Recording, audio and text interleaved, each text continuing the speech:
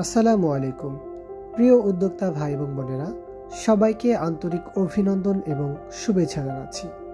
আপনারা জানেন, হসপিটালে সিজার এবং ডেলিভারির পরে এক ধরনের স্যানিটারি ন্যাপকিন প্যাড ব্যবহার করা হয়।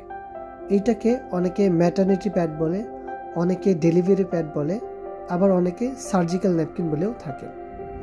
এই সার্জিক্যাল ন্যাপকিনগুলো প্রত্যেকটা হসপিটাল ক্লিনিকে যেখানে সিজার সেকশন আছে সেখানে প্রতিটা পেশেন্টের এই প্রোডাক্টটা প্রয়োজন। বেশি ধরে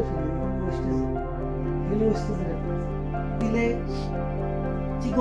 চিকন হয়ে যাবে, আবার বেশি দিলে এখান থেকে ছেড়ে যাবে। সো অনেকে এটা নিয়ে ব্যবসা করতে চান।